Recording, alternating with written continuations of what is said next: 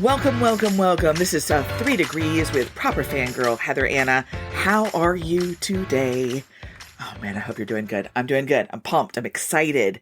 This is a big episode. I'm not going to lie. It's pretty gigantic. How do you talk about Michael Jackson, Usher, and Justin Bieber in 45 minutes? Is it humanly possible? For some reason, when I started this, I thought it was. So let's see how this goes. I'm going to pick and choose. I can't tell you everything. That's just not how it goes. But that's okay, right? We're going to hit the high points. We're going to hit the things that hit home to me. And I think you're going to enjoy it. So are you ready to get started? I feel like we got to get into it, right? All right, guys, put your earbuds in, whatever you're doing, walking, running, treadmilling, ellipticaling, pretending that you're working. Let's buckle up and get ready for today's episode of 3 Degrees.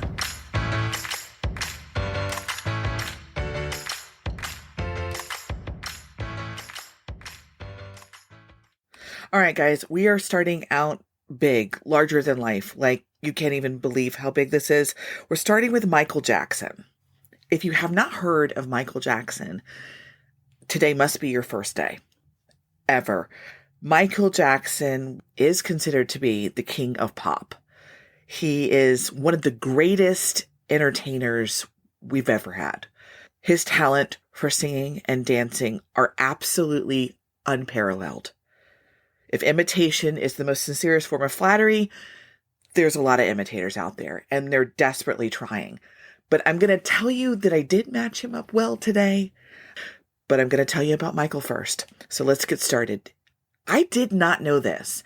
Now I don't know if this makes me not a hardcore Michael Jackson fan, although I love his music, but there's a lot of things that I did not know and things that I thought I knew.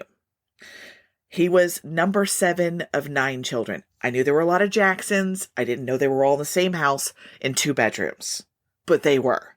And also, he was born in Gary, Indiana, and I cannot ever hear Gary, Indiana without doing Gary, Indiana, Gary, Indiana, Gary, Indiana. You all do that, right? It's not just me. Okay. Born in Gary, Indiana, number 7 of 9 children in a 2-bedroom house. I had to say it again just for emphasis. If you could just imagine, I had 2 younger sisters. We always had at least a 3-bedroom house. That's a lot of children in a single bedroom. And they were also Jehovah's Witnesses, so they didn't celebrate birthdays or Christmas. So what did they do in their free time? They sang and enjoyed music together. And then when Michael was about 5 or 6 years old, they were like, he's really quite good. He is a little teeny tiny little fella, but he's quite good at, singing and dancing and stuff. Maybe we should start like a band or something, and we'll call them, I don't know, like the Jackson 5 or something. And so we'll put the teeniest little member, Michael, as the lead, because he's got some kind of like charisma and dance moves. He'd watched a little too much James Brown, or just enough. So that's what they did. They put him in a band, the family band, Jackson 5. And Dad, well, was he a sweet fella? No, he was not. He was not a sweet fella. He was they mentioned a couple of times, he was a strict disciplinarian. I grew up with a strict disciplinarian, and he did not beat the shit out of me. So I don't think that's a strict disciplinarian. I think that's a abuser. That's what I would call that in my book. And sounds like a real tough way to grow up. Perfectionism isn't the word. It's, I'm going to beat you until you do it right. So that created an interesting environment to grow up in. Obviously, this is going to instill some fear. He jokingly said at some point that he learned to move so quickly because he was always trying to get away from his father. There's some dark humor in that. It's like, yeah, that's tough. So he had a hard time growing up, and definitely had a father that was I don't know, anything but kind, but had a mission to get these boys to be successful. So they start doing amateur night every Friday night. And every Friday night, Jackson 5 wins. Until he's about 6, the grand old age of 6. And now they're moving on. And they're starting to tour the Midwest and the East Coast and, getting their feet wet. And I just want you to imagine a 5 or 6-year-old child traveling back and forth. I mean, my daughter gets tired from staying up 30 minutes late one night, and the next day she's miserable. And then there's this expectation that there needs to be perfection in performances with dance moves and harmonization. He talks about being lonely, looking at other children while they're going to school and playing on the playground and thinking, why don't I get to do that? And yeah, why didn't you get to do that? Either way, they continued on. They got a record deal when Michael was 9 with Steel Town Records, and they had their first single called Big Boy. He was a big boy now, all of 9 years old. And they sold about 10,000 copies, but at this time, you couldn't really make it into pop music. You couldn't make that crossover into pop music as Black Americans. That just didn't really happen, except with Motown Records. So they did a TV audition for Motown Records, and this was sent to Berry Gordy, who was the head of Motown Records at the time, and he was like, who's the little kid in the front? Like with his little James Brown, like, who is this kid? And he said, absolutely yes, bring them on. They recorded an album, and they started touring. And they were successful, and they did well, as you know. But what was happening to Michael in this time frame? I mean, he was missing out on his childhood. Michael said later on that he started remembering crying from how lonely he felt. I mean, he had his brothers, but they were his only friends. He didn't have any other pals that spent the night or hung out or played basketball with, or, he didn't do recess in school. He did 3 hours of school during the day once things really started picking up. And then it was straight to the studio to practice choreography, to practice and rehearse your singing. This was what life was. Oh, I'm sorry that I missed first grade for 2 weeks. I was in New York performing. Second grade, third grade, fourth grade, fifth grade, and on it went.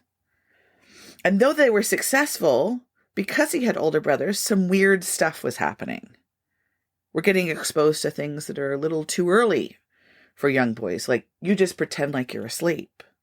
It's a lot for a little kid. Oh, and don't worry, but, if they ask you if you're 8, just, tell them you're 8 because it's good for public relations. What does a 9-year-old know about public relations? So now we're raising this child in an industry where it matters how you look and it matters how people perceive you, and they should only perceive you a certain way. And we don't have everybody that's on board with Black Americans being in the music industry or performing everywhere. So then you feel like you have that against you as well.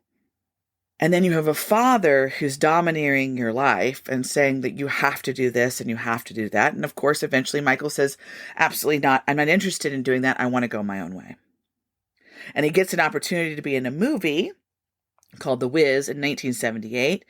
And though the movie was kind of a flop, he got a taste of being on his own and being creative in a different way. And around the same time, he met Quincy Jones. Now, if you had a parent that was abusive, and then you meet another male figure in your life who is encouraging and who wants to collaborate with you and wants to listen to you and has plans for your future that are supportive and kind, well, you can imagine what happens in that environment. You thrive, you develop, you grow, and you can walk away from these times where you were dominated by a negative influence. And that's what happened. When he got with Quincy Jones, they started to really make some amazing music.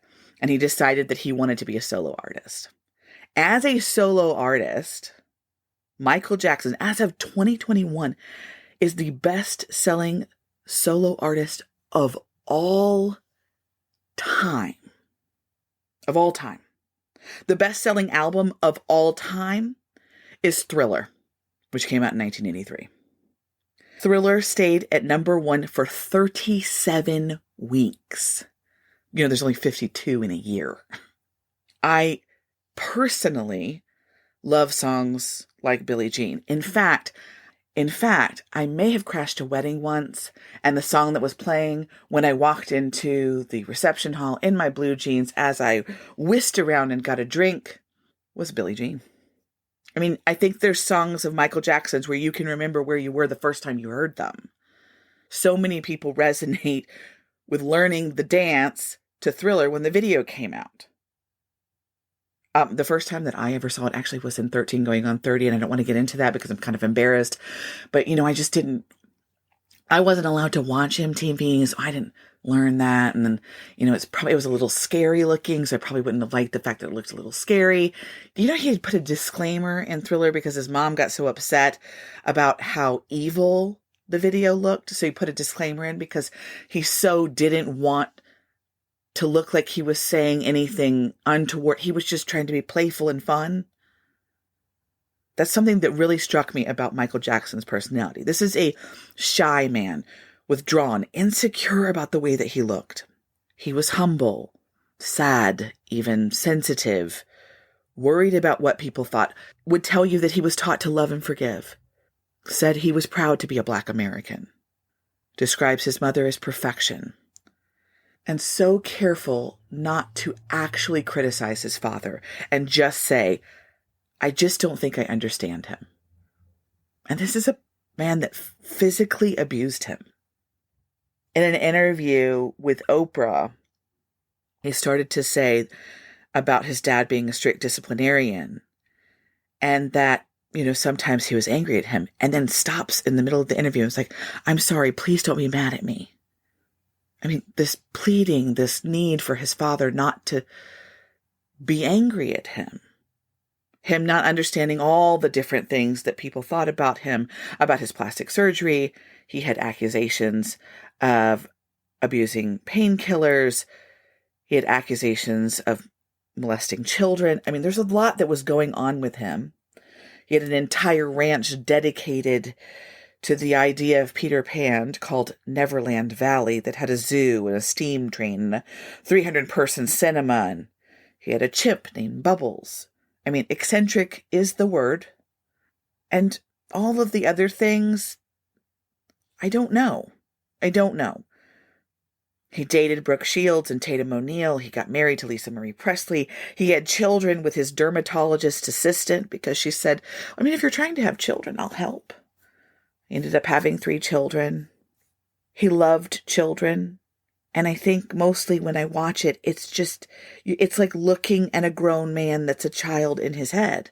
And I don't say that in any kind of disrespectful way, but something was taken from him. Something is taken from these people who get put in performance and fame at a young age. He's going into proceedings where he's being sued and standing on top of an SUV to dance for the legions of fans that are waiting for him outside the courthouse. When he was asked, how do you feel when fans scream for you? He said, I feel love. And I'm grateful to be an instrument of nature. I feel like I was chosen to give music to people. Unfortunately, because of doctors who didn't say no, Michael Jackson ended up dying in 2009 at the hands of his doctor, who allowed him to have propofol, and he had a heart attack and died. We lost a legend because they wouldn't tell him no. Like, this isn't the direction that you need to go. And I wonder about this level of fame. I'm going to give you 2 or 3 of my favorite stories about Michael Jackson that are beautiful and also tragic. The first one is because he grew up as a Jehovah's Witness, he never celebrated birthdays or Christmas. And if that's your religion, I have no judgment on it, but he didn't grow up with that. But he wanted to experience it. And Liz Taylor was one of his besties. And she said, I want you to experience that. And so they have home videos of her completely decking out his house and having all these Christmas presents and big Christmas trees. And he's worried about what it means for him to do it, to celebrate it. And one of the gifts that she gave him was super soakers. It was this completely and total grown man getting excited about super soakers. Having these children at the ranch who'd push him in the pool time after time after time because he just liked to play. This is a kid that missed out. There's another instance because his fame was where it was. He wanted the experience of going to a grocery store.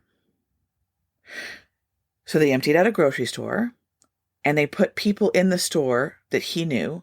So from people that would check people out to pretend people that were shopping up and down the aisles so that he could have the experience of going grocery shopping as an adult.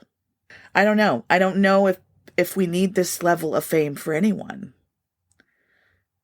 All he wanted was simply to be loved for his artistry. I think that he accomplished that. And I'm going to show you the connection. And what I'll tell you is that there was a young man who went by the name of Usher who had watched Michael Jackson in his career and said, I want to do something like that. And he was working on his own craft. And after Michael Jackson passed away, he was asked to sing at his funeral. Okay, so before Usher ended up singing at Michael Jackson's funeral in 2009, a lot had to happen to even get him in that place. You don't go from having Michael Jackson as an idol and just show up to perform, to pay homage to the greatest pop star of all time. 15 years plus had happened in Usher's career up until that point. Usher was born Usher Raymond IV. I never really have understood the people that decide to name their children after the father. And it's just like 17. There's like so great big Usher and big Usher and little Usher and itty bitty Usher. Anyway, I've never understood that. But he was Usher nonetheless. He is Usher Raymond IV. And he was raised by a single mom. Dad was not in the picture. And mom was in church and she was in the choir. And she realized that her boy had some talent. She got him in there singing in the choir. And they actually went to a church with Bishop Eddie Long. And he really used him as a role model. He looked up to the pastor to help him figure out kind of his place in the world, what he was supposed to be as a young man. But he had some strong ambitions because he really wanted to make it as an artist. And mom supported this. She supported it so much that she quit her job. They left Chattanooga, Tennessee, and went to Atlanta. And that's my hometown. Well, it's not technically my hometown, but it is where I live. Anywho, she takes him to Atlanta and she starts putting him in these little talent shows. And Jay Alexander, who was Bobby Brown's security guard, saw him at a talent show and was like, oh, you need to try out for Star Search. And so you tried out for Star Search and they got Bryant Reed, who is L.A. Reid's brother, which is a co-founder of LaFace Records. He got him to come and see him. So then Bryant goes to L.A. Reid and was like, okay, you got to see this kid. Like, he's good. He's only 13. But he's like adorable. He's like a pretty boy. And his voice is amazing. And he can dance. You'll love him. And so he auditions and they go, yeah. LA's like, okay, great. We're going to do it. And then what happens to 13-year-old boys in their voices? Yeah, they go through puberty and their voices change. It actually reminds me of a funny story. When I was growing up, I was like 11 or 12 and I had a cold. So my voice had gotten really deep. You know, it didn't sound right. And I remember who ended up being my cousin's husband, and him asking if my voice was changing. And I was like, I'm a girl. That doesn't happen to girls. Anywho, Usher's voice was changing. And he lost his voice, his singing voice. Completely wigged, freaked out, didn't know what to do. They didn't know what to do. He goes back into the studio and they're like, yeah, sorry guys, I lost my voice. I'm sure I'll get it back. I'm sure it'll be great. And they were like, yeah, I don't know about that. Maybe we should put this album thing on hold. And he is completely freaking out. I mean, his mother had been praising him, telling him he was the greatest, most wonderful thing in the world. And of course, he's going to go so far. And then all of a sudden, they're like, yeah, we don't want you anymore. You don't sound amazing anymore. We don't know what you're going to sound like when your voice changes. So yeah, we're out.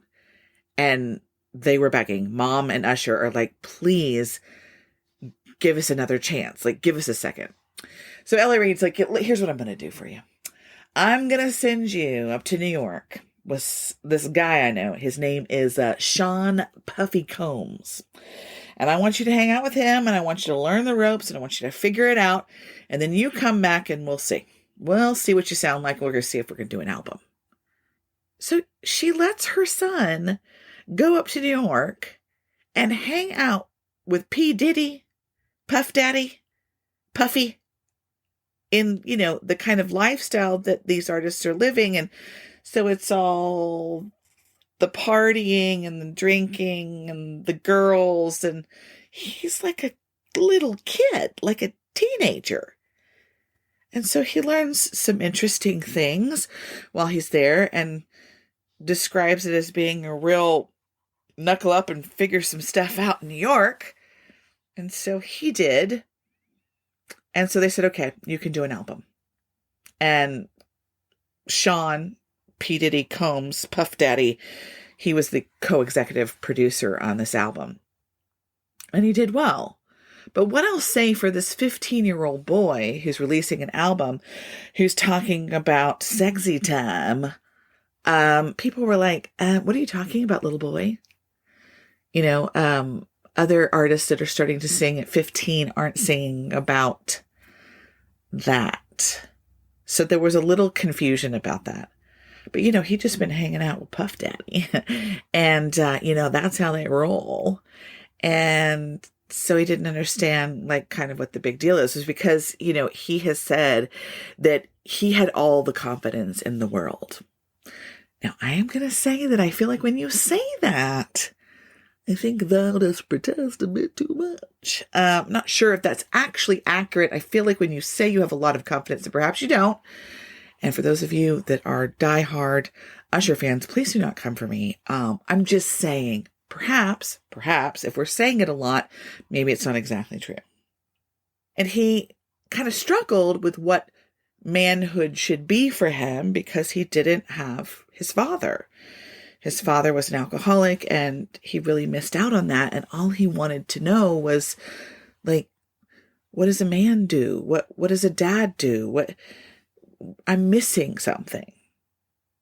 And he went on to do great things in his career, and some might call him the king of R&B. He sold 24 million albums in his career. He's got 8 Grammys. He's got 18 Billboard Music Awards. But it was his role as a dad that was really important to him. So much so that he reached out to his dad when he got married a few years ago to rekindle that relationship, to try to build something, because he just felt like he wasn't going to be able to do that role without that relationship. Like, he had some questions. So he did. He reached out to him, and they rekindled, and they had conversations. And he was like, yes. And what happened? His dad passed away and never even got to meet his oldest child. And so there was some struggle there. He actually mentioned that when someone asked him, what are you looking for in a lady? It's like one of my most favorite interview questions for any artist. What are you looking for in a partner? I do not understand this question, but we ask it anyway. And his answer was a woman who does not react. I'm going to give you a minute with that one. At first, I was like, maybe you don't mean what I think you mean. He did. He meant, someone that doesn't come at him. Like, if I do something to you and you're not going to, like, do something back to me to, like, get back at me. And then I do something back to you, obviously, because you did something to me. And, like, just don't react. Just have no reaction. I'm looking for somebody who's supportive, to me, because I have a lot of stuff going on. It's like, oh. So just supportive to you. Okay. So not super successful in that particular department. although very loving to his children and very involved with them. But he's created this whole persona of being like the sexy guy. He actually even admits, Oprah asked him, I'm going to tell you, she's got the audacity to ask some of these things. She was like, just tell me, you've got some super sexy songs out there. Do you listen to your own songs, for your special intimate times? He said yes. He said, yes, he does. He said it's not number 1, 2, or 3, but yes, it's in the mix. It's in the mix. And he had a couple of songs depending on the time frame, what songs are out, what he's feeling, what his vibe is. It may be number 10 or 11 or 12. Or, it may coincide with where he thinks he might be in the evening. Oh, Lord have mercy. I'm going to admit, when I was researching Usher, however much I love his music, his attitude wasn't my favorite. And I really, really searched. So here's the 2 things, because I'm always looking for the silver lining. The good news is, as I say, but I think I got that from my dad, but the good news is that he does seem to be a genuine guy. He does want to do the right thing. If he's had the right example, I'm not 100% sure of that. Has he been successful? Yes, his album Confessions was ranked the top solo album of the 2000s.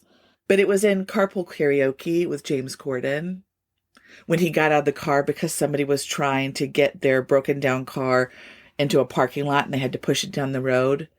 And Usher just ran over and was helped pushing it down the road and stood in front of traffic so they could get it across 2 lanes. And I was like, I like that. And him talking about how important it was to him to be a good dad. He just wanted to be a good dad. He wanted to do better than his dad did. And I don't know that you really can ask for much more. We are flawed as individuals. But that was something that was really important to him. And the other thing that he wanted to do is he wanted to be a mentor to up-and-coming artists. So around this same time in 2009, where he ended up having a full circle moment where he ended up singing at Michael Jackson's funeral, he found out about Justin Bieber. Justin Bieber was a little Canadian. He was just up and coming. And he was with his little talent manager, Scooter Braun. And he was like, hey, man, you should let me audition for you. And Usher was like, look, we can do this the proper way. We can set up a meeting. I'll get with your manager and you can audition. And then he heard Justin Bieber sing and he was like, uh-oh. Excuse me, sir, we might need to sign you. So that brings us to our final artist of the evening, which is Justin Bieber. Now, I'm going to be honest with you. I have personal experience with Justin Bieber. Now, not personally like, hi, Justin, I'm Heather. And he says, hi, Heather, I'm Justin. And we hug and take a picture. It's not that kind of personal, but I went to one of his concerts way back in the day. Like this little sweet little baby boy with the swish hair.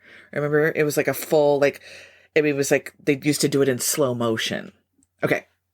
Before I get into all of that, let me tell you how this young man started. Justin Bieber is a Canadian. Another Canadians. I'm about the Canadians apparently so far. All the UK people and the Canadians. Anyway, he was a Canadian. He was born March 1st, 1994. Justin Drew Bieber. For you believers out there. For those of you that didn't hear me clearly, I said believers. Believers. The Justin Bieber believers. Anyway, say that 3 times fast. He was literally born the year before I graduated high school. Y'all, I could have been his teenage baby mama. Lord help. I mean, I'm not. I mean, I can't say that because he's literally only 1 month older. Or is he 1 month younger? No, he's 1 month younger than Harry Styles. Oh, good Lord. They're the same age. That's so weird and doesn't seem possible. I digress. Are we still talking about Justin Bieber? Okay. He was raised by a single mom. Dad wasn't in the picture. He ran off and did his own thing. And so he's being raised by mom, and he was like a little baby prodigy with the instruments. The boy plays the drums, he plays the piano, he plays the guitar. There's probably a couple other things, but he does those 3 really well. And I know that because I went to one of his concerts. Oh my God, I brought it up again. Okay. How did it happen? He entered talent competitions, won second place. And when he won second place, Mom was like, oh my God, this was so amazing. He's so good. I love him so much. Did she have him on the streets recording? On the streets. Yeah. When he was younger than 15. Yes, she did. But then she also was like, he's got to make it. He's amazing. So she put him on YouTube. She took clips of his performance and put it on YouTube. And I'm going to tell you, sweet, beautiful Justin Bieber was a liked commodity. They thought, oh, very talented and also freaking adorable. I mean, when I look at Justin Bieber back in the day, I just think you look like a teddy bear. You're just like the cutest little munchkin I've ever seen. And that was a common thought process. Also, he sang well. And he played the drums, and he played the guitar, and he could play the piano. Like, he was uber talented. It was like in him, in his blood, coursing through his veins. So then somebody comes across him, Scooter Braun, who's a talent manager, was like, excuse me, you are exactly what I am looking for. You are the next. Well, this is the third one we've talked about today, who is an amazing singer and dancer. Oh, did I not mention he dances? Literally, if there were 5 of them and we put them in a band, it would be the greatest boy band of all time. But don't do that. We're just going to talk about Justin Bieber. So he gets to talent manager Scooter Braun, and he's at the record studio. And while he's there, he runs into Usher. And I just told you that in the last bit. And he was like, hey, man, oh my God, let me sing for you. One less lonely girl. And he's like, no, wait. The audition. And Usher says that he showed it to the record label, and they were like, have you not signed him already? Is he like running loose out there with no contract? Oh my God, go get him immediately. And so they did. So now we have this adorable young man, not a young man, boy, teenage boy with swishy hair, in white blue jeans and purple hoodies, and we put him on the stage, and he's singing One Less Lonely Girl and baby, baby, baby, oh. If you don't know that song, you're missing out 100%. Listen to it on the playlist. I'm sorry. Do I seem excited? Because I am. He was wildly successful. He actually holds the record for first solo artist to have 3 number 1 US albums before the age of 18. Does that blow your mind? Because it does mine. Okay, so this is the part where I get to tell you that my sister and I took my niece, who's also a Harry Styles fan, but we took my niece and my daughter to see Justin Bieber at his Never Say Never tour. He also did a documentary, Never Say Never, which was fantastic and very similar to the experience that we had. So we go to the State Farm Arena in Atlanta to see him, and we are in nosebleeds, okay? Ain't nobody got money over here. So we're in the nosebleeds. So my mother has given both my niece and my daughter binoculars, and I have the most glorious video of these two sobbing. Now, I think my daughter was sobbing because my niece was sobbing because my niece is the sobber. She's a sobber. She saw him pop up and crawl. Somehow she saw him and she screamed crying. I just saw. There was no audible, understandable words, but she lost her mind. And they're like, and they're singing along, sobbing the whole entire time. And my sister and I are looking at each other like, what is this mania? Because again, I hadn't been a fangirl before Harry Styles. So this experience of watching our children do this fangirling thing was like unreal. And I just could not believe how happy they were, which of course made me so happy. And then I'm crying because they're crying. And then I was like, this kid is actually really good. He plays the drums. He plays the piano. He plays the guitar. He swishes the hair. He dances. And then he brought out Ludacris. And then homegirl here lost it over Ludacris. But, okay, focus. He was really good. And I remember my daughter asking me, Mom, wouldn't you just love it if, I took my musical talent and was, ended up being famous like Justin Bieber? And I said, babe, I just don't know how I would feel about that. I mean, it's really kind of dangerous. And she was like, dangerous? And mind you, she's 12. I said, well, to be that young and be that famous, it's kind of a recipe for disaster. The likelihood is that when you are offered everything, you take it. And that's kind of what happened to Justin Bieber. He went along fine for a while, and then you give in. You're lonely. You want to be cool. You think it's fun. You think it's the greatest thing ever. And he admits getting addicted to prescription drugs and going down this self-medicating route because he was lonely and depressed. And that changes you. You don't end up being the same person when you're coping with substances. And then something happened where he decided, I'm not even sure that if I go on continuing to feel this way, that I want to continue on. And he grew up in a Christian household, and it was at that point that he said, God, if you can help me get past this addiction, I'll do the rest. I'll do the work. Just help me get past this. And he says that he did help him get past it, but he didn't really do the work.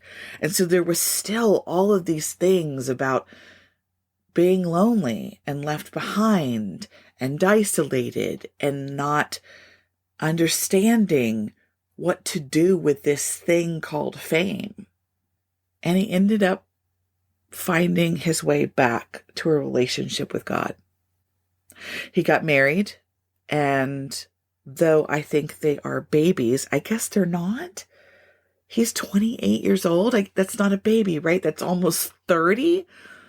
So he got married, and he's very focused on making his marriage be successful.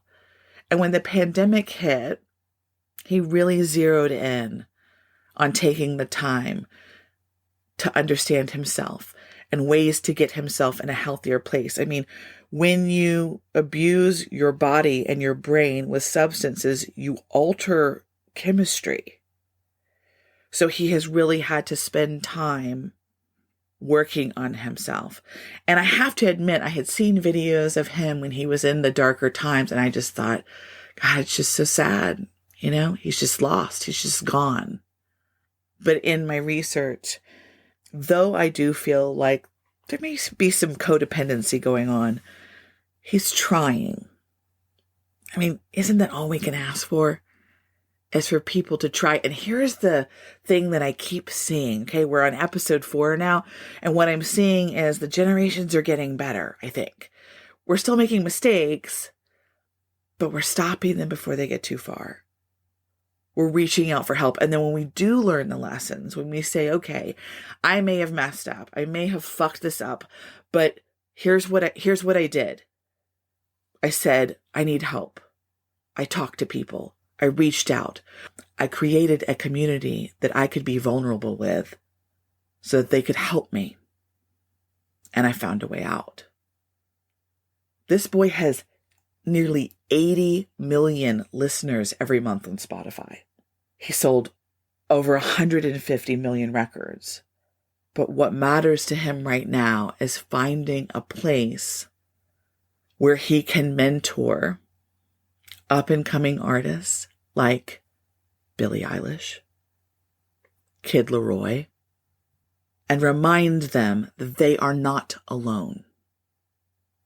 That he understands the pressure, that he was there, and that he will be a guide for them to steer them from going down the same path that he did. I mean, I think that some of that is unavoidable. You know, we have to make mistakes in our lives. If you don't go through the valleys, you don't understand what it's like to be at the top of the hill. Why is it so great to be at the top of the hill if you just go from the top to the top? It's just not how it works. We have hills and valleys for reasons. But I am so impressed by this young man's ability to admit that he fell, that he failed, and he got up and tried again. Another self-proclaimed perfectionist, talent that is really incredible. Has he been criticized for choices that he has made? Yes. Has he been questioned in his seriousness? Yes. But I do believe that this boy has some incredible talent that needs to be celebrated. And when he wrote the song Lonely, I thought, I feel that for you. When he wrote the song Holy, I felt that. Genuinely felt that. Justin Bieber is not done. I think that he has another wave coming for him in this place where he's working on himself, in a place where he is looking to inspire other up-and-coming artists, as he's been in the industry for a decade now. And I hope that he continues to have unrivaled success.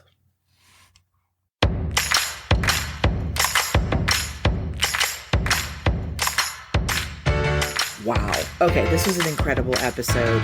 As far as the research and the things that I found out that I thought I knew, that I didn't know that I knew, I'm going to tell you, it's just a repeating mantra that keeps happening. Like, we want to be seen and heard.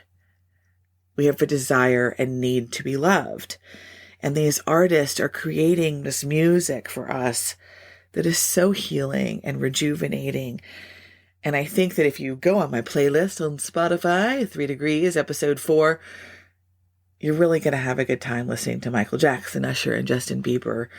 The songs that I picked are ones that are my favorites and that I really enjoy, and I hope that you will too. I do want to take a moment to thank you for your support. This has been really fun, and I'm really enjoying learning about these artists and how they bring what they bring to the table. So make sure that you rate and review, like, follow, subscribe, all the things. I need you and I love you, and I hope you have a great week. And I will see you next time on 3 Degrees.